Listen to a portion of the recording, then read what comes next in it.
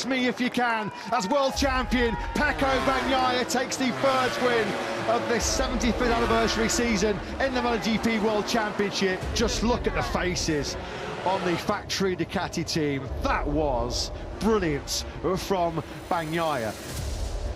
The number one showed exactly why he's the defending world champion as Bagnaia wins the season opener in Qatar.